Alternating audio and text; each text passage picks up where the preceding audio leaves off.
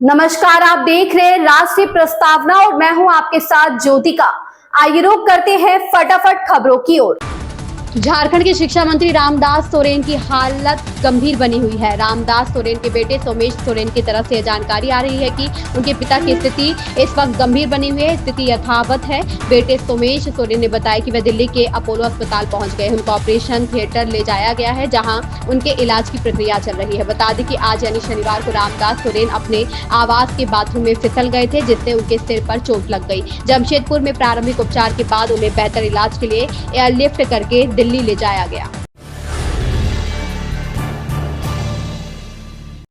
मध्य प्रदेश की 1.29 करोड़ लाडली बहनों को लेकर एक अहम अपडेट सामने आया है। विधानसभा के मानसून सत्र के दौरान कांग्रेस विधायक पंकज उपाध्याय ने लाडली बहना योजना की राशि को 3,000 रुपए प्रति माह करने और नए पंजीकरण शुरू करने को लेकर सरकार से सवाल पूछे। इस पर महिला एवं बाल विकास मंत्री निर्मला भूरिया ने स्पष्ट किया कि फिलहाल राशि बढ़ाने का कोई प्रस्ताव विचाराधीन नहीं है। उन्होंने कहा कि 20 अगस्त 2023 के बाद से नए रजिस्ट्रेशन भी शुरू नहीं किए गए हैं, क्योंकि इस संबंध में कोई नया निर्देश जारी नहीं हुआ है।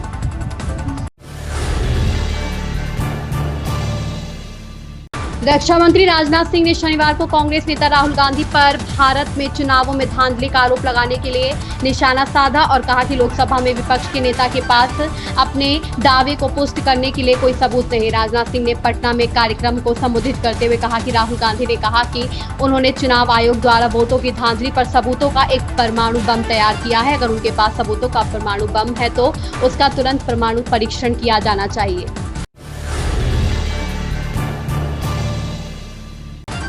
निर्वाचन आयोग ने बिहार में आगामी विधानसभा चुनाव के मद्देनजर महीने भर चली विशेष गहन पुनरीक्षण प्रक्रिया पूरी करने के बाद राज्य के लिए मतदाता सूचियों का मसौदा शुक्रवार को प्रकाशित कर दिया है। वहीं राजद नेता तेजस्वी यादव ने शनिवार को प्रेस कॉन्फ्रेंस करते हुए दावा किया कि वोटर लिस्ट में उनका नाम काट दिया गया है। अब वह चुनाव कैसे लड़ेंगे? हालांकि चुनाव आयोग ने तेजस्वी के इन तमाम आरोपों को खारिज कर दिया।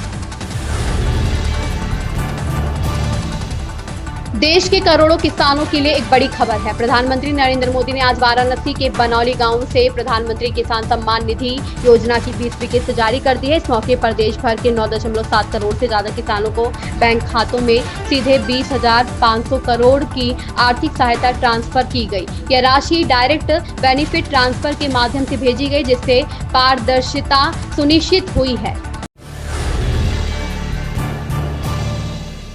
वृंदावन के प्रसिद्ध संत प्रेमानंद महाराज को सोशल मीडिया पर एक युवक ने जान से मारने की धमकी दी है। धमकी फेसबुक के माध्यम से दी गई, जिसका स्क्रीनशॉट अब सोशल मीडिया पर तेजी से वायरल हो रहा है। इस मामले के सामने आने के बाद संत समाज और हिंदू संगठनों में गहरा आक्रोश देखा जा रहा है। हाल ही में प्रेमानंद महाराज ने एक प्रवचन के दौरान युवाओं को मर्यादा और नैतिक जीवन जीने की सलाह दी थी। उन्होंने समाज में बढ़ते गर्लफ्रेंड बॉयफ्रेंड संस्कृति पर सवाल उठाए और इसे भारतीय संस्कृति के लिए नुकसानदायक बताया।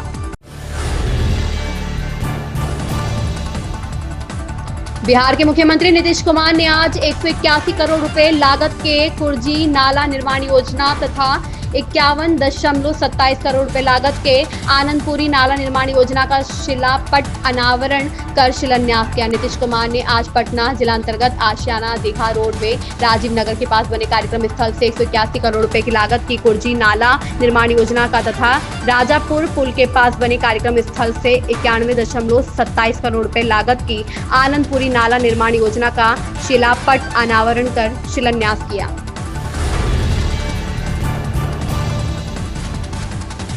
लोकसभा में नेता प्रतिपक्ष राहुल गांधी ने कांग्रेस पार्टी के वार्षिक लीगल कॉन्क्लेव 2025 में देश की चुनावी प्रणाली पर हमला किया। उन्होंने दावा किया कि भारत की चुनाव प्रणाली अब निष्प्रभावी हो चुकी है और 2024 के लोकसभा चुनाव में भारी पैमाने पर धांधली हुई, जिससे भारतीय जनता पार्टी को बहुत मामूली बहुमत मिला। राहुल गांधी ने कहा कि भारत की चुनावी प्रणाली पहले ही मर चुकी है। उन्होंने आरोप लगाया कि 2024 के लोकसभा चुनाव में बड़ी धांधली की गई, जिससे बीजेपी सत्ता में बनी रहे। मुख्यमंत्री रेखा गुप्ता ने शनिवार को कहा कि उनकी सरकार दिल्ली के इतिहास में ऐसी पहली सरकार है जो झुग्गी बस्तियों को सिर्फ संजय कैंप या नेहरू कैंप जैसे नामों से चिन्हित करने के बजाय झुग्गी वासियों को उचित घर उपलब्ध कराने की दिशा में काम कर रही है। मुख्यमंत्री ने दिल्ली विश्वविद्यालय के शहीद Sukhdev college of business studies के 39वें स्थापना एवं प्रवेश प्रबोधन दिवस पर छात्रों एवं शिक्षकों को संबोधित करते हुए कहा, दिल्ली की यह पहली सरकार है जो हर झुग्गीवासी को घर उपलब्ध कराने की दिशा में काम कर रही है।